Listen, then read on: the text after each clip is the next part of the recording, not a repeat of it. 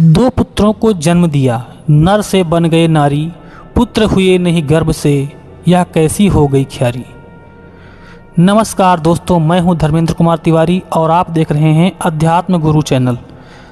श्रोतागण, आप लोगों को बता दें कि इस पहेली का अर्थ लगाने का मैं पूरा प्रयास करूंगा, क्योंकि यह पहेली आपको जो बताने जा रहा हूं इसका मतलब ये होता है कि दो पुत्रों को जन्म दिया, यानी दो पुत्र उस जो भी थे उनके साथ में दो पुत्र का जन्म हुआ। वो पहले नर थे यानी मनुष्य के रूप में थे और बाद में पुरुष के बाद में नारी हो गए, लेकिन पुत्र उनके गर्भ से नहीं हुआ। ये कैसी है ख्यारी, मतलब ये कैसा विधान हो गया। अब हम एक कथा के माध्यम से आपको इसके बारे में संपूर्ण कथा सुनाने जा रहे हैं। बस मित्रों, आपसे निवेदन है कि आप लोग अगर इस चैनल पर पहली बार देख रहे हैं तो कृपया चैनल को सब्सक्राइब करके घंटी वाले निशान को दबा दें और ऑल नोटिफिकेशन ऑन कर दें, ताकि मैं जो भी नया वीडियो बनाऊं तो उसका संदेश यानी उसका सूचना आपको आपके मोबाइल स्क्रीन पर मिल जाया करे। चलिए आपका समय ना लेते हुए इस कथा को प्रारंभ करते हैं। जैसा कि सज्जनों आप जानते हैं, यह कथा है बाली और सुग्रीव के जन्म की, कि आखिर उनके माता कौन हैं, कौन पिता हैं, इसके बारे में आज हम आपको संपूर्ण कथा सुनाने वाले हैं। जैसा कि मित्रों आपको बता दें कि जब सृष्टि का निर्माण हो रहा था तो उस समय ब्रह्मा जी अलग अलग लोगों को, अलग अलग ऋषि मुनियों को प्रकट कर रहे थे। उस समय सबसे लास्ट में पुलस्त ऋषि का समय आया था। पुलस्त ऋषि को वो जल्द ही अपने मन की गति से प्रकट करने वाले थे, और उस समय जब पुलस्त ऋषि का नंबर आया तो वहाँ पर स्वयं जामवंत जी का भी नाम आया था, क्योंकि स्वयं ब्रह्मा जी की इच्छा हुई थी कि पुलस्त ऋषि के बाद जामवंत जी को प्रकट किया जाएगा। जैसे ही जामवंत का उन्होंने स्मरण किया कि उनके अंदर जामवंत सा शरीर प्रकट हो गए पहले ही, इसके बाद पुलस्त ऋषि को बाहर निकालने वाले थे। इससे पहले जामवंत जी उनको धक्का देकर और ब्रह्मा जी के सिर में दौड़ भाग करके और जल्द से नाक के रास्ते से बाहर निकल आए। तो ज़्यादा दौड़ भाग करने से बालों की गति से तेज बढ़ जाने की वजह से ब्रह्मा जी के सारे बाल जो थे सिर से घूमने की वजह से जामवंत जी के शरीरों में बालों का जगीरा लग गया। वो जब निकले तो दुनिया के पहले भालू थे, क्योंकि उस समय सृष्टि का निर्माण हो रहा था और उसी समय भालू जाति की प्रथम श्रेणी वहाँ पर उत्पन्न हुई थी। और पुलस्त ऋषि जी पीछे रह गए, बल्कि पुलस्त ऋषि उनसे बड़े भाई थे, लेकिन बाद में निकलने के कारण वो छोटे हो गए। और इसके बाद ब्रह्मा जी ने उन्हें बहुत फटकार लगाया कि जब मैं आपको चाहता ही नहीं था, मैं आपको बाद में निकालता, आप पहले ही क्यों आ गए। इसके बाद पुलस्त ऋषि का जन्म हुआ। ऋषि पुलस्ती और जामवंत जी ये दोनों सगे भाई थे। जामवंत जी का नाम वहाँ पर ऋक्षराज रखा गया, क्योंकि वो जामवंत जी ऋक्षों के पहले भालू थे, उनको ऋक्षों का राजा बताया गया। और जामवंत जी काफ़ी ज़्यादा शरारती हुआ करते थे, छोटे थे और इसके बाद वो सबसे ज़्यादा बलशाली थे। तो एक ऐसा समय आया कि पुलस्त ऋषि जी वही किष्किंधा के पास में एक सरोवर था, वही सरोवर में बहुत ज़्यादा पानी भरा रहता था। वो पानी पीने योग्य था और लोग वहाँ पर नहाया भी करते थे। तो पुलस्ती ऋषि ने यह कसम खा ली थी, यानी उन्होंने ईश्वर से प्रार्थना किया कि प्रभु, मैं कभी किसी स्त्री से कभी भेंट ना करूँ, ना कभी मेरा विवाह हो, मैं जीवन भर ब्रह्मचर्य पालन करके यहाँ से मोक्ष की गति प्राप्त करूँ।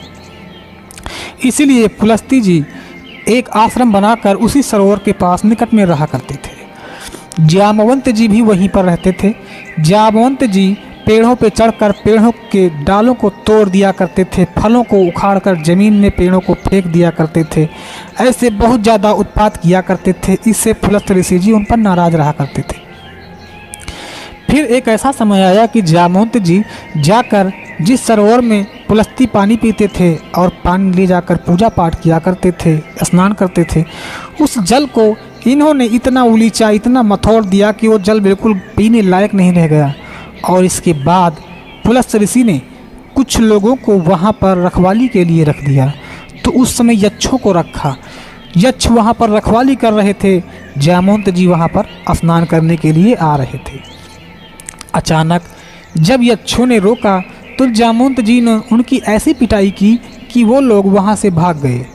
फिर पुलस्त ऋषि बहुत दुखी हुए और उन्होंने उस समय किन्नरों को सौंप दिया, क्योंकि किन्नर भी वहाँ बलशाली हुआ करते थे। किन्नर वही होते थे जो लोगों को विवाह में या कहीं नाच गाने के लिए आते हैं, और उनका श्राप लग जाए तो कभी मिथ्या नहीं होता है, क्योंकि वो ना नर होते हैं ना स्त्री होते हैं, इसलिए उनका श्राप बहुत जल्द लगता है। मित्रों, उस समय वो किन्नर लोग वहाँ पर आ गए और किन्नरों ने उनको रोका कि हे जामवंत जी, आप इस नदी में स्नान नहीं कर सकते हैं, उछल कूद नहीं कर सकते हैं, आप पानी पी सकते हैं। तो उन्होंने कहा, किसने कहा है? तो किन्नरों ने बताया कि आपके भाई पुलस्त ऋषि की आज्ञा है, जिसके वजह से मैं आपको रोक रहा हूँ। तो जामवंत ने कहा, मैं किसी की बात नहीं मानता हूँ, मुझे तुम्हारी हिम्मत है तो रोक कर दिखाओ। ऐसा कहते हुए जामवंत जी उस सरोवर में कूद पड़े और फिर से पानी का उछाल करने लगे, जिससे किन्नरों ने उन्हें रोका। तो किन्नरों को उन्होंने बहुत मारा और अपनी देह की दुर्दशा को देखकर किन्नरों ने उन्हें श्राप दे दिया कि जाइए, अगर दोबारा आप इस पानी में कूदे तो आप वहीं पर नारी हो जाएंगे। तो जामवंत जी ने कहा, मैं किन्नरों की बात नहीं मानता हूँ, मैं कूद जाऊँगा। ऐसा कहकर वो दोबारा कूदे और जैसे ही वापस आए तो एक खूब सुंदर नारी के रूप में वहाँ से निकले। किन्नर तब तक वहाँ से जा चुके थे, और जब वह सुंदर स्त्री के रूप में आए तो अपने आप को छुपाते हुए एक जंगल के रास्ते जाकर बैठ गए, और वहीं पर इंद्रदेव जी का काम मुग्ध बाण चलने लगा। इंद्रदेव ने देखा तो उनको इस चीज़ का बर्दाश्त नहीं हुआ। इधर इंद्रदेव आ रहे हैं, उधर ऋषि पुलस्ती अपने आश्रम का घेराबंदी करते हुए एक ऐसा निर्णय ले रहे हैं जो शायद इतिहास में किसी ने नहीं लिया होगा। मित्रों, ऋषि पुलस्ती उधर ने कह रहे थे कि अगर मेरे इस आश्रम में कोई भी स्त्री आ जाए तो वह तुरंत गर्भवती हो जाएगी। मैं ऐसा श्राप देता हूँ, क्योंकि मुझे किसी स्त्री को यहाँ पर अपनी आंखों से देखना नहीं है। तो इस बात को जामवंत जी नहीं जानते थे, और वहाँ पर श्राप पहले ही चल रहा था। इधर इंद्रदेव आ गए, और जैसे ही इंद्रदेव आ रहे थे और इधर जामवंतनी ने, जो जामवंत रूपी स्त्री थी, अपने आप को छुपा रही थी। इंद्रदेव ने देखा तो कहा, अरे आप इतनी खूबसूरत कौन हैं? तो जामवंत ने कहा, मैं एक पुरुष हूँ, लेकिन मुझे श्रापवश नारी बनना पड़ा है। अगर आपके पास कोई उपाय हो तो मुझे दोबारा उसी अवस्था में प्रदान करें। इंद्र ने कहा, मैं एक क्षण में यह कार्य कर सकता हूँ, बस आपको कुछ दिन मेरे साथ रहना होगा। तो इस पर जामवंत जी उनकी बात को मान लिए और लगभग 4 महीने उनके साथ रहे, और फिर उनके साथ उन्होंने गलत व्यवहार किया इंद्र ने, इसलिए उनके यहाँ पर बाली का जन्म हुआ। और बाली का जन्म जब हो गया तो जामवंत जी बहुत दुखी हुए और उन्होंने कहा, यह आपने क्या कर दिया, अब तो कम से कम मुझे पुरुष रूप का पुरुषत्व प्रदान करें। लेकिन इंद्र वहाँ पर हंसते हुए अपने लोक को चले गए।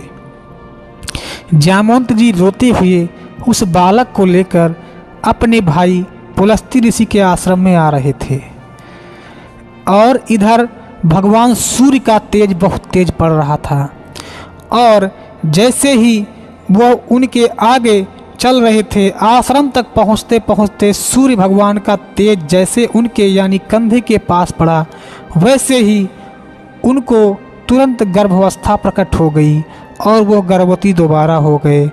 और फिर जामवंत जी कुछ दिन तक वहाँ पर उनके आश्रम में नहीं आए। फिर उनको ये पुत्र का जन्म हुआ, जिसका नाम सुग्रीव रखा गया, और बाली उनसे बड़ा भाई था, तो बाली कुछ समझदार हो चुका था। फिर सुग्रीव का जन्म हुआ, तो अब वो जामवंतनी अपने आप में बहुत दुख प्रकट कर रही थी। ऋषि पुलस्ती को इस बात की पता चली तो अपने आश्रम से बाहर निकल कर आए, और उनको जो हो सका उन्होंने अपने आप को दुख प्रकट किया कि मेरे भाई की ऐसी दुर्दशा हो रही है। फिर ऋषि पुलस्ती ने उन्हें कहा कि आप जाएं और भगवान श्री हरि की तपस्या करें। अगर वो प्रसन्न हो गए तो आपको आपकी शरीर वापस मिल जाएगी। तो क्या हुआ कि इधर जो सुग्रीव और बाली थे ये दोनों लगभग बड़े हो चुके थे और इन दोनों ने अपनी माता श्री से आज्ञा ली कि हे माता, अब मैं अपने राज्य को चलाने के लिए प्रभु स्वयं नारायण की उपासना करने जा रहा हूँ, उनकी तपस्या करूँगा, फिर उनके द्वारा मिले वरदान स्वरूप से मैं अपना राज्य काज करूँगा। और दोस्तों, इस तरह से वो दोनों ऋषिमुख पर्वत पर जाकर तपस्या करने लगे। इधर जामवंत जी जामवंतनी जी के रूप में जाकर वहाँ पर एक जंगल जो सरोवर था, पंपापुर सरोवर, उसी के पास एक पेड़ के नीचे बैठकर तपस्या करने लगे। और तपस्या करते करते काफ़ी समय बीत गया, लेकिन भगवान नारायण प्रकट नहीं हुए। फिर उस समय जामवंत जी इतने ज़्यादा दुखी हुए कि वो अपने आप को अपने आत्महत्या करने पर उतावले हो गए। वहाँ पर एक कुआं था, उसी कुएं में उन्होंने अपने शरीर का त्याग करना चाहा और जैसे ही कुएं में वो गए और वहाँ से वापस जैसे ही कुएं में गिरे कि उनका शरीर वापस उसी रूप में हो गया जो पहले था। और फिर जामवंत जी अपने शरीर वापस मिल गए। भगवान विष्णु भी वहाँ पर प्रकट हो गए और उन्होंने कहा कि हे जामवंत, ये सब माया जाल था, माया के वश में ही आप यहाँ तक पहुँचे हैं, क्योंकि ये सब मेरी ही लीला थी और ये सब घटनाएं घटित होने वाली थी जो आज आपके सामने प्रकट हुई हैं। और आपको आपकी शरीर वापस मिल गई है, आपके पुत्र लोग भी बड़े हो चुके हैं। फिर पुत्रों ने दोबारा माता की इच्छा नहीं की, इसलिए रामायण में कहीं भी सुग्रीव और बाली की माता का जिक्र नहीं किया जाता है, क्योंकि उनकी माता तो कोई थी ही नहीं, वो तो स्वयं जाम्बवंत जी थे जो उनकी माता और पिता समझ लो दो भी थे। अगर उनकी माता थे तो उनके पिता सुग्रीव की माता जो पिता सूर्य और बाली के पिता इंद्र हुए। माता एक थी, पिता दो अलग अलग थे। उसी तरह जामवंत जी इसीलिए हमेशा सुग्रीव और बाली के साथ उन्हीं के साथ रहा करते थे और काफ़ी बुद्धिमान भी थे। तो श्रोतागण, आपको इस पहेली का अर्थ लग गया होगा जो मैं आज आपके सामने प्रस्तुत किया हूँ, जिस पहेली का नाम है दो पुत्रों को जन्म दिया, नर से बन गए नारी, पुत्र हुए नहीं गर्भ से, ये कैसी हो गई ख्यारी। दोस्तों, इसका मतलब यही हुआ कि उनको पुत्र जो हुआ वो गर्भ से नहीं हुआ, बल्कि एक ग्रीव से, उनके कंधों से जो उनका तेज पड़ा उससे उनका जन्म हुआ। और दूसरा जो इंद्र ने अपने सिर के बालों से, उनके बालों पर उनका तेज पड़ने की वजह से बाल रखा गया और उनके ग्रीव यानी कंधे पर पड़ने की वजह से उनका सुग्रीव रखा गया। तो दोनों की पहेली आपको लग गया होगा मित्रों। अब मुझे आशा करता हूँ कि आपको यह कथा पसंद आई होगी। ऐसे ही ज्ञानवर्धक कथाओं को पसंद करके आप अगर वीडियो को देखना चाहते हैं, कृपया चैनल को सब्सक्राइब करके और बेल आइकन ऑन करें। वीडियो को लाइक करना बिल्कुल मत भूलें। और जो लोग ऐसी कथाओं को सुनने में इच्छुक हैं उनको उनके पास व्हाट्सएप के जरिए या किसी के जरिए भेजकर उनको भी सुनाने की कृपा करें। और कमेंट में जय श्री राम लिखना बिल्कुल मत भूलें। फिर लेते हैं विदा, नए कथे के साथ फिर से आपके सामने प्रस्तुत करेंगे। तब तक के लिए जय श्री राम, जय हिंद, जय भारत।